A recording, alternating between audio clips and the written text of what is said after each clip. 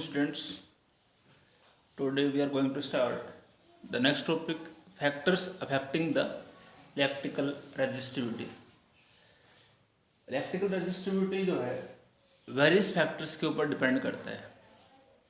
ठीक है, कौन कौन से फैक्टर्स हैं जिस पे इलेक्ट्रिकल रेजिस्टिविटी जो है आपका डिपेंड करता है, टॉपिक ही कह रहा है. इसके लिए वी नो दैट हम जानते हैं R इज इक्वल टू, जैसे बताया था हम ओम्स लॉ के अंदर, R इज इक्वल टू क्या होता है V बाई आई. और R की वैल्यू वहां पे हमारी क्या आई थी, ये आया था ml by n square a tau. ये तो आया था. इसको हम ऐसे भी कह सकते हैं R is equal to m by n square tau और l by A. Same equation है, m by n square tau as it is. ये सब टर्म्स आपकी कांस्टेंट है. इसको हम लिखते हैं R is equal to this rho electrical resistivity के इक्वल होगा ये L बाई E. तो लिख है ना R is rho L by E, वो यहीं से आपका ड्राइव हुआ था. ये आपका आ गया. और हेयर रो जो है ये आपका होगा, ध्यान रखोगे इसकी value, rho is equal to होगा m by n square tau. Resistivity की तो यूनिट जो वैल्यू जो होगी ना, वो हमेशा क्या रहेगी, ये आपको याद होना चाहिए value m by n square tau. Here m जो है क्या है, ये मास है. ठीक है, n इलेक्ट्रॉन्स के लिए कह रहे हो तो मास ऑफ इलेक्ट्रॉन हो जाएगा. n नंबर डेंसिटी, n क्या है, नंबर डेंसिटी. e चार्ज और टाउ क्या है, इधर रिलैक्सेशन टाइम. टाउ यहां पे क्या है, रिलैक्सेशन टाइम. यहां से हम इस इक्वेशन से अब कह सकते हैं कि रेजिस्टिविटी किस पर डिपेंड करेगी आपकी. तो since we can say that rho कह सकते हैं, रो इज इक्वल टू आप जानते हो m by n square tau. इस रिलेशन के अंदर m मास, कंडक्टर्स की बात हो रही है तो मास कंडक्टर का, इलेक्ट्रॉन्स का जो होगा हमेशा कांस्टेंट होगा, इलेक्ट्रॉन्स के लिए मान है. और ये चार्ज ऑफ इलेक्ट्रॉन ये भी कांस्टेंट होगा. तो m और e जो है ये तो आपका कांस्टेंट है. तो रेजिस्टिविटी जो है हमेशा डिपेंड किस पे करेगी, ये resistivity is inversely proportional to the 1 by n और टाउ. दो फैक्टर्स पे डिपेंड करेगा. Resistivity depends on the number density and average relaxation time. इसके अंदर हम फर्स्ट बात करते हैं, इस इक्वेशन से मैं इधर कर रहा हूं इसको, यहां से हम ये कह सकते हैं कि रेजिस्टिविटी जो है is inversely proportional to the number density of the material. Number density of electrons आप इसको कह सकते हो. n यहाँ पे क्या है, n है नंबर डेंसिटी ऑफ इलेक्ट्रॉन. और जो है आपका n जो है हमेशा डिपेंड करता है नेचर ऑफ मटेरियल के ऊपर. n की वैल्यू जो होती है ना, ये तो आपको साफ दिखाई दे रहा होगा, resistivity is inversely proportional to the number density of electrons.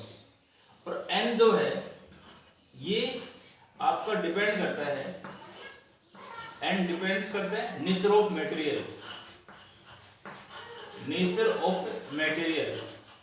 इसका मतलब ये हुआ कि रेजिस्टिविटी जो है ना, रेजिस्टिविटी डिपेंड्स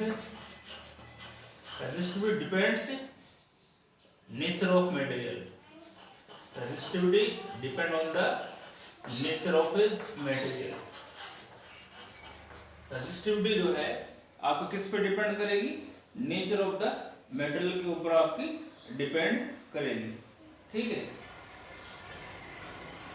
ऐसे ही सेकेंडली यहाँ से इसी क्वेश्चन से क्या कहोगे, फर्स्ट है सेकंड पॉइंट डाल के हम कर सकते हैं इसके अंदर। एक तो मैंने बताया कि नंबर जो रेजिस्टिविटी जो है नंबर डेंसिटी पे डिपेंड करेगा, और एन जो है नेचर ऑफ मेटल के ऊपर डिपेंड करता है, इसलिए रेजिस्टिविटी भी जो है नेचर ऑफ मेटल के ऊपर आपके डिपेंड करेगी। Secondly we can say that rho जो है डिपेंड करेगा टाउ के ऊपर। रेजिस्टिविटी जो है आप यहां से कह सकते हो resistivity is inversely proportional to the average relaxation time, और वैल्यू ऑफ टॉर्क जो है वो डिपेंड करता है टेम्परेचर के ऊपर। Tau depend on the temperature of the conductor, temperature of the conductor. Temperature जो है टाउ जो है वो आपको डिपेंड किस पे करता है, टेम्परेचर को डिपेंड करता है। तो रेजिस्टिविटी जो है, रेजिस्टिविटी यदि हम कोई भी कंडक्टर है उसका टेम्परेचर को चेंज करेगी तो वेरी करेगी, तो क्या करेगा, वेरी करेगी। ठीक है, मैं लिख सकता हूं resistivity of a conductor, resistivity of a conductor changes, resistivity of a conductor changes with temperature. Resistivity जो है आपकी वेरी हो सकती है यदि हम टेम्परेचर को क्या करें, चेंज करें। यदि हम टेम्परेचर को बढ़ाते हैं विद इंक्रीज इन टेम्परेचर, यदि आप बात करते हो, यदि आप बात करते हो मेटल के लिए, मेटल की बात करते हो तो with increase in temperature of a metal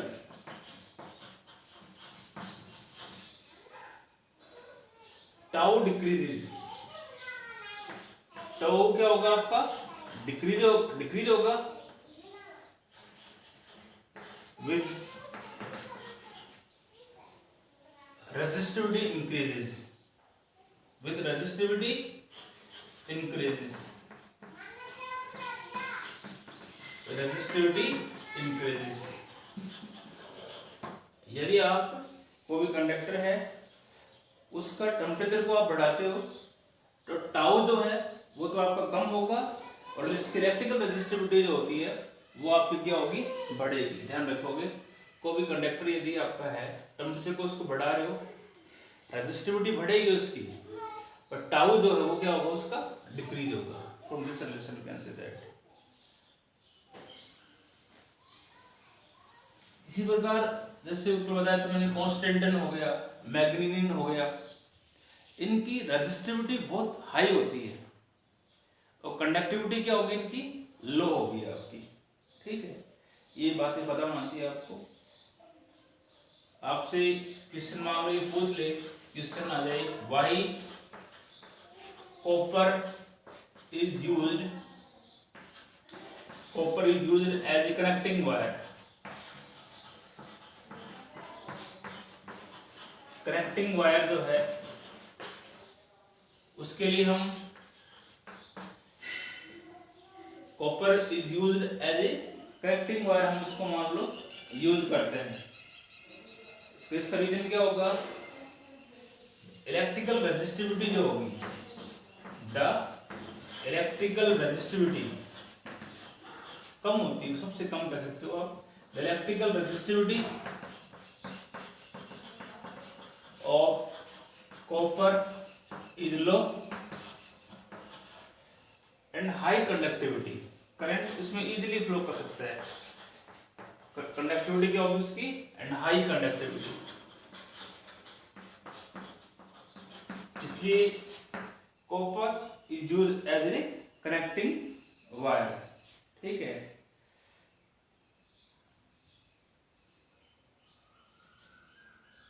इसके बाद में नेक्स्ट जो है इस पे कुछ डेफिनेशंस है वो हम स्टार्ट करते हैं। ठीक है,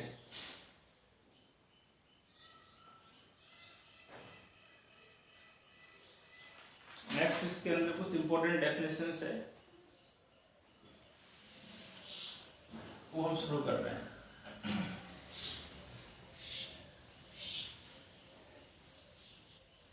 Some important terms.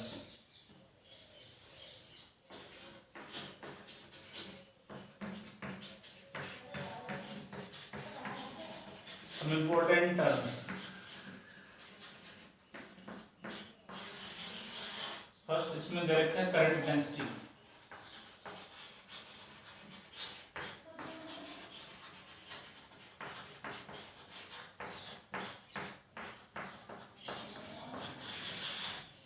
Current density जो होता है उसको हम रिप्रेजेंट जो है जैसे करते हैं। करंट डेंसिटी को हम रिप्रेजेंट किससे करते हैं? हम जैसे करते हैं। जैसे कोई भी कंडक्टर है मान लो, उसकी करंट डेंसिटी हमें निकालनी है, तो current density of the conductor is equal to the ratio of the current flowing per unit area cross section of the conductor. Current density मान लो आपको कोई कंडक्टर की निकालनी है, तो क्या होगी? Is defined as the amount of current flowing, is defined as the amount of current flowing per unit area cross section of a conductor.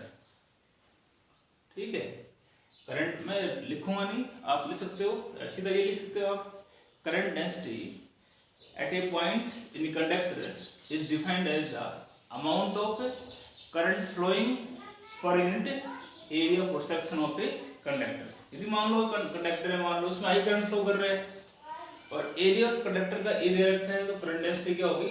I by E. Direction जो होगी एक वेक्टर क्वांटिटी है, करंट डेंसिटी जो है it is vector quantity, it is vector quantity.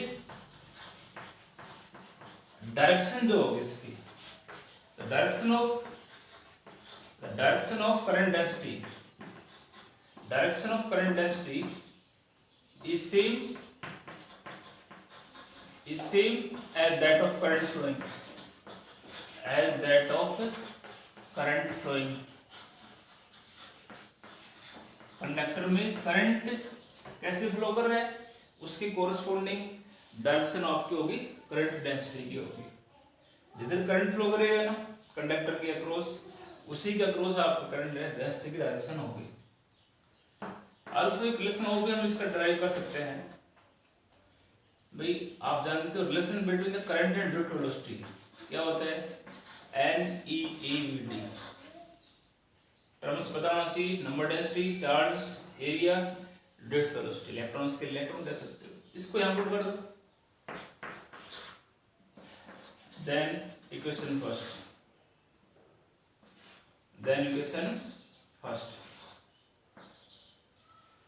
Then J is equal to क्या होगा? Current density क्या आएगा? NEAVD by E। 30 से घट जाएगा, तो J इज इक्वल टू आपका हो जाएगा NEVD। एक इसका रिलेशन ये कर जाएगा, current density is equal to क्या होगा? NE इंटू VD आपका आ जाएगा।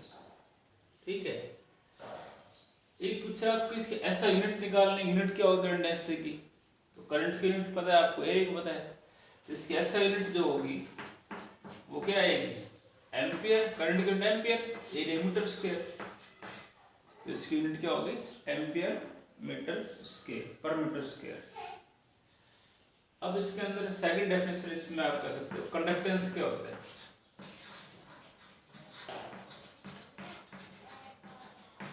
कंडक्टेंस को हम जिससे लिखते हैं, कंडक्टेंस जो होता है ना रेसिप्रोकल होता है। कंडक्टेंस जो होता है ना reciprocal of the resistance. Conductance of resistor is the inverse of the resistance, inverse of the resistance, उल्टा होता है। रेजिस्टेंस का रेसिप्रोकल जो होगा उसको बोलते हैं हम कंडक्टेंस। और कंडक्टेंस की ऐसा यूनिट क्या हो जाएगी? ऐसा यूनिट क्या होगी इसकी? भाई आप जानते हो रेजिस्टेंस की यूनिट ओम होती है, तो ओम इनवर्स हो जाएगा। इसकी यूनिट होगी आपकी ओम इनवर्स। ठीक है, और भी डेफिनेशन इसमें दे रखी है, थर्ड इसके अंदर आती है करंट डेंसिटी हो गया आपका और कंडक्टेंस हो गया। थर्ड इसमें दे रखा है इलेक्ट्रिकल कंडक्टिविटी।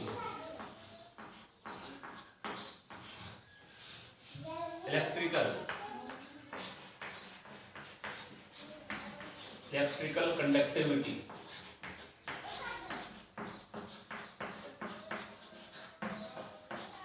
कंडक्टिविटी को हम रिप्रेजेंट जो है वो सिग्मा से करते हैं। कंडक्टिविटी को रिप्रेजेंट किससे करते हैं हम? सिग्मा से करते हैं। और कंडक्टिविटी जो है वो आपका होता है 1 रेसिप्रोकल ऑफ द रेजिस्टिविटी होता है।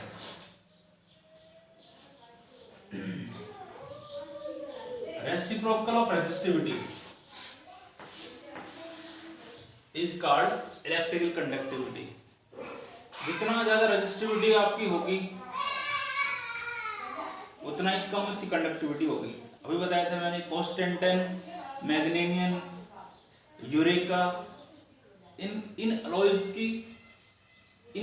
की रेजिस्टिविटी बहुत ज्यादा होती है, इसलिए इनकी कंडक्टिविटी क्या होगी? कम होगी। उल्टा कह सकते हो, कॉपर हो गया, सिल्वर हो गया, इनकी रेजिस्टिविटी कम होती है तो कंडक्टिविटी जो उनकी जो होगी वो क्या होगी? बहुत ज्यादा होगी। कंडक्टिविटी जो है रेसिप्रोकल होगा आपका रेजिस्टिविटी का। ठीक है, और इसकी एसआई यूनिट क्या होगी? रेजिस्टिविटी की ओम मीटर होती है तो एसआई यूनिट इसकी क्या हो जाएगी? ओम इनवर्स मीटर इनवर्स, ये तो आएगी। कंडक्टिविटी जो है रेसिप्रोकल ऑफ द रेजिस्टिविटी और एसआई यूनिट इसकी होगी ओम इनवर्स मीटर इनवर्स। ठीक है, इसके बाद में हम यदि इसकी यूनिट निकालनी हो, डायमेंशन निकालना हो, इसका निकाल सकते हो सीधा। डायमेंशन यदि आपको सिग्मा का डायमेंशन क्या होगा? डायमेंशन ऑफ सिग्मा यदि आपको पूछता है तो आप सीधा इसी डायरेक्शन यूज करो। सिग्मा इज इक्वल टू आप जानते हो 1/ρ। रेजिस्टिविटी बताया था मैंने क्या होता है? m/n² टाउ होता है रेजिस्टिविटी का रिलेशन। अब n था आपका, डायमेंशन सीधे कर देता हूं मैं। n क्या था? नंबर डेंसिटी ऑफ इलेक्ट्रॉन और नंबर ऑफ इलेक्ट्रॉन्स पर यूनिट वॉल्यूम।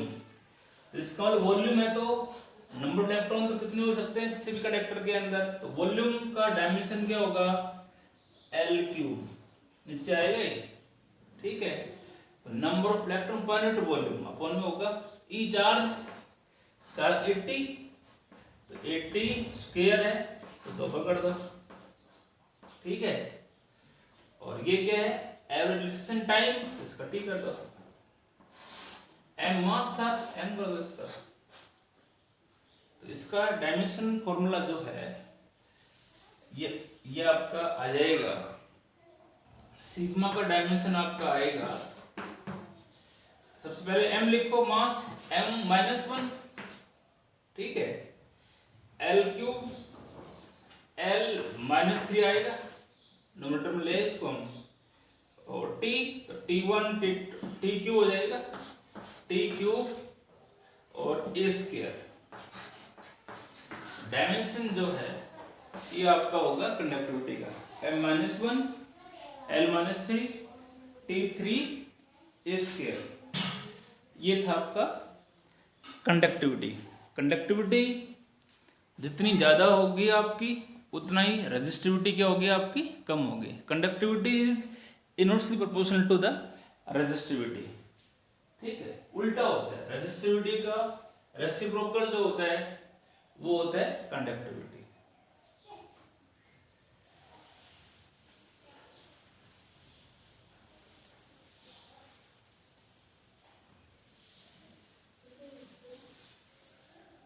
नेक्स्ट टॉपिक इसमें दिया हुआ है relation between the J sigma and E।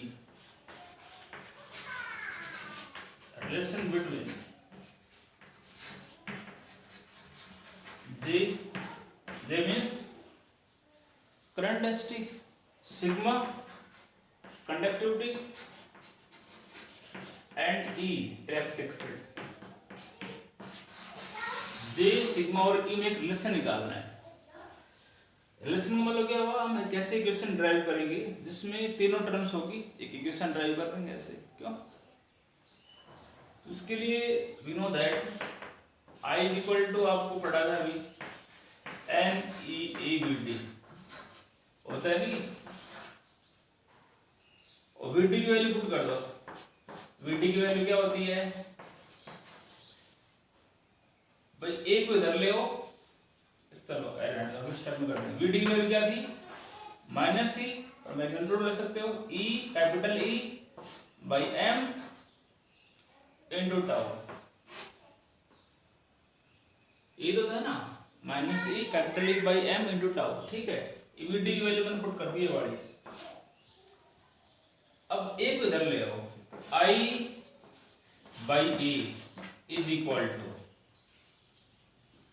ये हो गया आपका n e into e square a n square a tau by m, electric field यहाँ पे है। और जस्ट अभी पिछले टॉपिक में बताया होगा, रेजिस्टिविटी जो होता है ना, वो होता है m by N square tau. ए तो इधर ले आए, ए कहां से आ गया, ए नहीं आएगा, ठीक है। तो m by N square torque किसके बराबर होगा, रो के नीचे लिखा जाएगा रो, और आई बाई ए क्या होता है, current density. J is equal to 1 by rho into e, ठीक है, 1 बाई रो कंडक्टिविटी, तो J is equal to sigma into e, ये रिलेशन होता है। कर सकते हो इसको भाई, आप जानते हो current, relation between the current and ड्यूब velocity, I is equal to N E V D होता है। वी डी की वैल्यू पुट कर दो, ये आ जाएगा। ए को इधर ले आओ, M by N square resistivity होता है, और 1 बाई रो कंडक्टिविटी हो जाएगा, ठीक है। ये था आपका relation between the J, sigma and ई।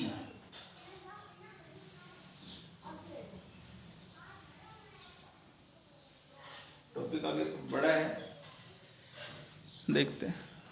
अभी आपने इसमें किया हुआ है जे, सिग्मा एंड ई। नेक्स्ट इसके अंदर जो है तो मैं शॉर्ट में कर देता हूँ, चलो ये बता देता हूँ एक बार आपको शॉर्ट में एक बार। Classification of material, classification of material, classification of materials in terms of conductivity,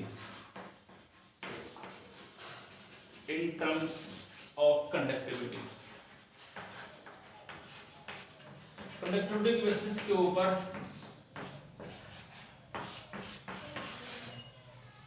हमने क्लासिफाई कर रखा है अलग अलग मटेरियल्स को। First of all is insulators.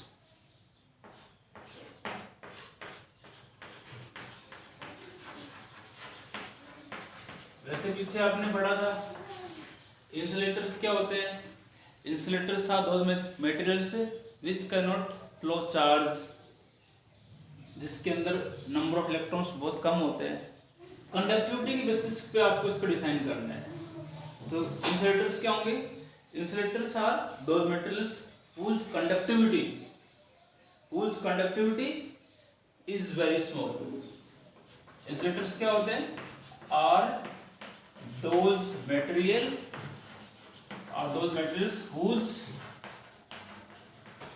whose conductivity is very small। वैसे भी आप चाहे जिसमें करंट फ्लो नहीं करता, बेसिक बात है, कंडक्टिविटी के अकॉर्डिंग आप इसमें ही कह सकते हो। एग्जांपल्स आपको glass, rubber, mica, putty etcetera. क्यों सेकंड इसके अंदर आपका हो गया मेटल हो गया, कंडक्टर्स हो गया। जैसे कंडक्टर्स की बात करते हो, कंडक्टर्स क्या होंगे? Conductors are those materials, simply we can say that having large number of electrons, having charge easily flow, क्यों? करंट जिसमें फ्लो करता हो। Conductivity according you can say that conductors are those substance having conductivity is high. Conductors are those metals whose conductivity are those materials whose conductivity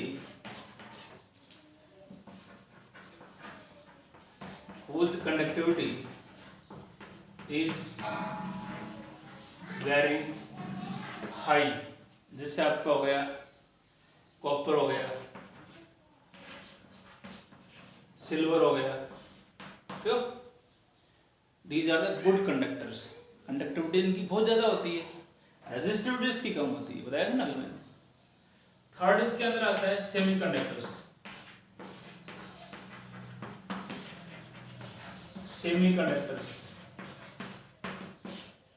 semiconductors are those metals whose conductivity lies between conductors and insulators. And semiconductors are those materials whose conductivity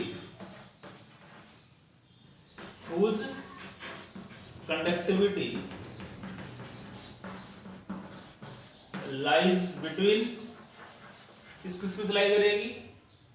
insulators, conductors and insulators, conductors and insulator. For example semiconductors कौन से होते हैं? जैसे silicon हो गया, ये तो यहाँ सिल्वर लिखा हुआ है, ठीक है। सिलिकॉन हो गया, जर्मेनियम हो गया, दीज आर द सेमीकंडक्टर्स जिसकी कंडक्टिविटी जो है आपकी लाई करेगी इन दोनों के बीच के अंदर। Semiconductors can conduct charge but less than the conductors, conductor से कम चार्ज इसमें फ्लो करता है, ठीक है। जब जैसे हम एक पोटेंशियल डिफरेंस हम सेमीकंडक्टर्स के अक्रॉस अप्लाई करते हैं तो small current begin to flow, ठीक है। तो ये कुछ डेफिनेशंस थी, बाकी टॉपिक्स इसके हम कल करते हैं। थैंक्स।